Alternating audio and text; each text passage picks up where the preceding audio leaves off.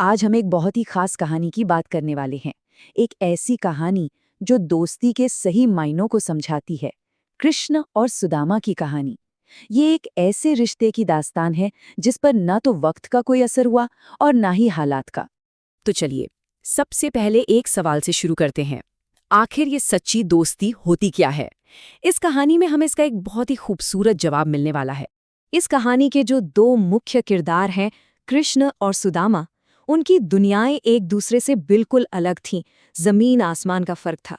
जरा सोचिए, एक तरफ है कृष्ण जो खुद भगवान विष्णु के अवतार हैं, और दूसरी तरफ है सुदामा जो एक बहुत ही गरीब ब्राह्मण परिवार से थे।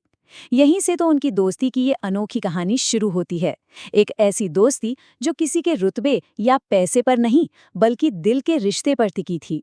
जब वो दोनों गुरुकुल में मिले ना, तो ऐसा लगा ही नहीं कि कोई दो अजनबी मिल रहे हैं।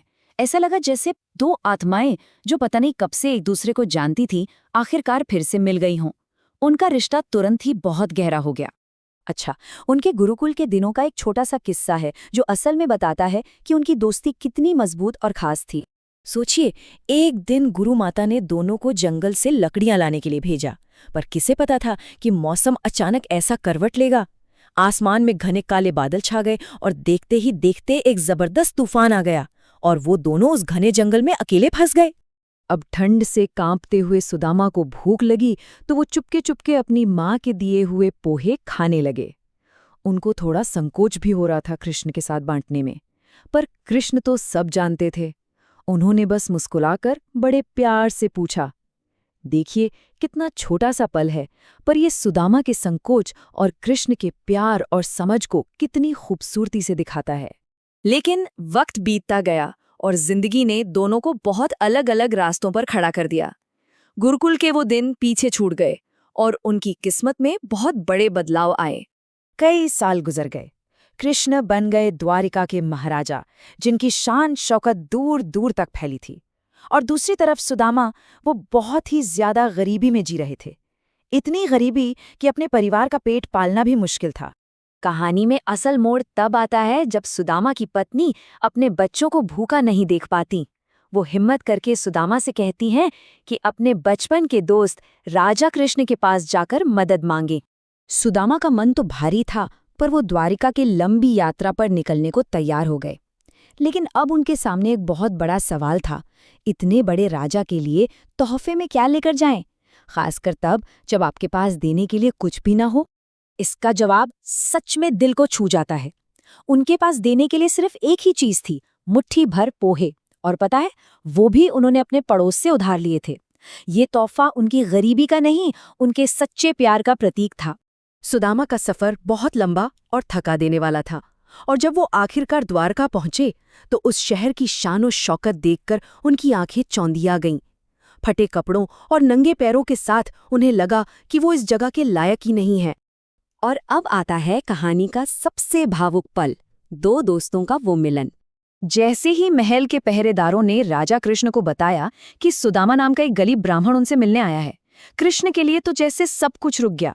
उन्होंने राजपाट, शान शौकत सब कुछ एक तरफ रख दिया और अपने बचपन के दोस्त से मिलने के लिए नंगे पैर ही महल के दरवाजे की तरफ दौड़ पड़े।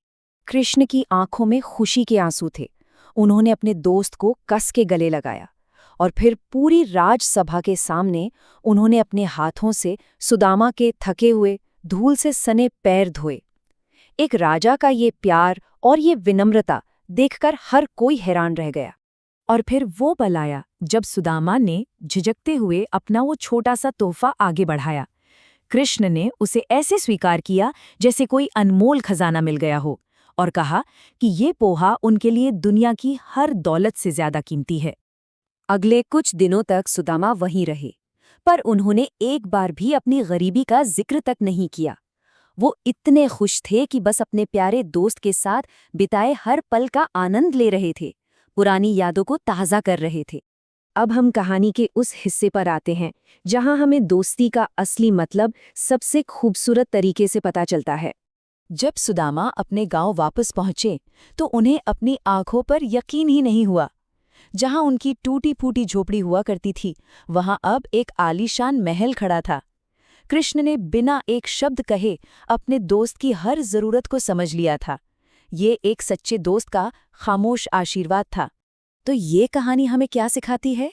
ये हमें सिखाती है कि सच्ची दोस्ती में अमीरी, गरीबी और ऊंच नीच कोई मायने नहीं रखती। ये दिखाती है कि एक सच्चा दोस्त हमारे वो शब्द भी सुन लेता है जो हमने कहे ही नहीं। और सबसे ज़रूरी बात, ये हमें याद दिलाती है कि सादगी और ईमानदारी ही जिंदगी की सबसे बड़ी दौलत है।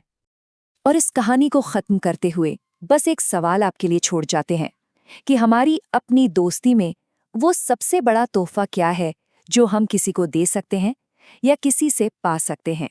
शायद, जैसा कि ये कहानी बताती है, वो तोहफा बस एक दूसरे को समझने और समझे जाने का है। आज के लिए बस इतना ही।